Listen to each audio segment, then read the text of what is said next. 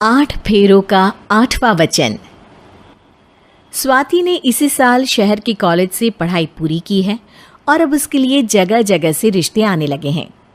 स्वाति से ज़्यादा उसके रिश्तेदारों को उसकी शादी की चिंता है, इसीलिए जो भी स्वाति के घर आता वो किसी नए लड़के की खबर ज़रूर ले आता। अरे दीदी, ये फोटो देख के बताओ कैसा है।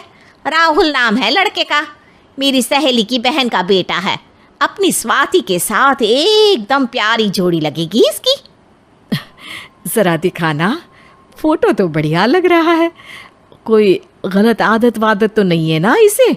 और कमाता कितना है? अरे कोई गलत आदत नहीं है दीदी, आप कहो तो एक मीटिंग करवा देती हूँ, फिर सब कुछ फाइनल कर लेना। हाँ हाँ, ये सही कह रही हो तुम। संडे को स्वाति के पापा भी घर पे ही रहेंगे। बुआ फिर वहाँ से चली जाती है और रात को स्वाति की माँ उससे कहती है, स्वाति बेटा, आज कमला बुआ ने एक लड़के की फ़ोटो दिखाई है। संडे को वो लोग मिलने आ रहे हैं, तैयार हो ना तुम बेटा? अरे मम्मी, आप कहाँ कमला बुआ के चक्कर में आ जाती हो? अभी इतनी जल्दी कोई शादी वादी नहीं करनी है मुझे। अरे बेटा, अच्छा लड़का है, बुआ जानती है उसे अच्छे से। हाँ स्वाति बेटा, एक बार मिल तो लो, बाद में देखेंगे आगे क्या करना है। वैसे तो कमला रिश्ता लाई है तो मना करने का तो कोई सवाल ही नहीं उठता। संडे की सुबह होती है और कमला बुआ राहुल और उसके मम्मी पापा को लेकर स्वाति के घर आती है। अरे आइए आइए भाभी, इसे अपना ही घर समझिए, इनसे मिलिए। ये मेरे भैया और ये मेरी भाभी हैं। नमस्ते भाभी जी, ये है हमारा लड़का राहुल, सरकारी नौकरी की तैयारी कर रहा है ये। वैसे आपकी बेटी कहाँ है? अरे स्वाति बेटा, बाहर आ जाओ। वैसे कितनी पढ़ाई की है स्वाति ने? जी, पोस्ट ग्रेजुएट है हमारी बेटी साइंस में।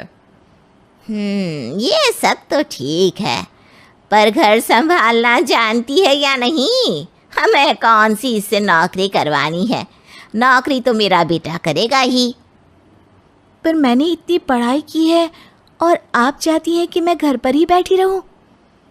अरे स्वाति बेटा, ये बड़ों की बात में तुम कहाँ बोल पड़ी? हम सब देख लेंगे क्या करना है क्या नहीं।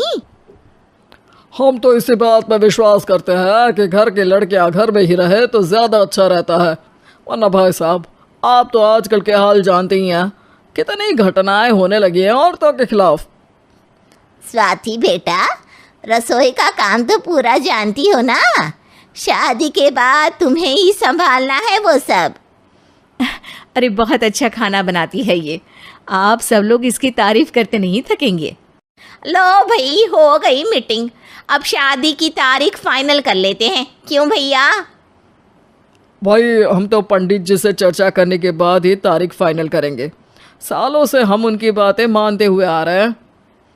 लड़के वाले और कमला बुआ की बातें सुनकर स्वाति एकदम नाराज़ हो जाती है और उसे लगने लगता है कि शादी के बाद उसे घर पर ही बैठना पड़ेगा। लेकिन घर वालों के आगे उसकी एक नहीं चलती और उसे शादी के लिए हाँ कहना पड़ता है। शादी का दिन आ जाता है और सब मंडप में जमा होते हैं। अब फेरों का समय हो गया है, अब कन्या अपने वर से 7 वचन मांगेगी। आप किसी धार्मिक आयोजन में जाएं तो मुझे भी ले जाएंगे। आप मेरे माता पिता का भी बराबरी से सम्मान करेंगे, हमेशा मेरा साथ निभाएंगे। आपको दोनों परिवार की जिम्मेदारियां बखूबी निभानी होगी। हर ज़रूरी बात में मेरी भी राय लेंगे। आप सभी गलत आदतों से दूर रहेंगे। आप मेरे अलावा किसी और औरत से कोई गलत संबंध नहीं बांधेंगे। ये 7 वचन पूरे हुए, वर क्या तुम्हें ये सारे वचन मंजूर है? जी हाँ पंडित जी, मैं सारे वचन अच्छी तरीके से निभाऊंगा। अरे वाह वाह, बढ़िया तरीके से सब काम संपन्न हो गया। तो इसी के साथ विवाह संपन्न हुआ और आज से ये दोनों पति पत्नी हुए। 1 मिनट पंडित जी, अभी एक वचन लेना बाकी है। अब कौन सा वचन है बेटा? मैं अब हमेशा के लिए किसी दूसरे घर में जाने वाली हूँ, तो पति के अलावा मैं अपने सास ससुर से भी एक वचन लेना चाहूँगी। अब कहो बेटी। मैं ये चाहती हूँ कि मुझ पर किसी बात की कोई पाबंदी नहीं लगाई जाएगी। मुझे सब कुछ करने की आज़ादी होगी और मैं भी विश्वास दिलाती हूँ कि मैं एक अच्छी बहू बन के दिखाऊंगी। स्वाति की बात सुनकर उसके सास ससुर एकदम चौंक जाते हैं और कुछ बोल नहीं पाते कि उतने में कमला बुआ बोल पड़ती है। अरे बेटा, ये भी कोई कहने की बात है? रानी बन के रहोगी तुम तो।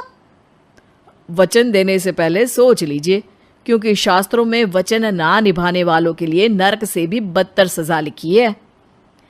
स्वाति की चालाकी से वहाँ मौजूद सब लोग प्रभावित हो जाते हैं और लोगों में बदनामी ना हो जाए, इस कारण स्वाति के सास ससुर को उसे वचन देना पड़ता है।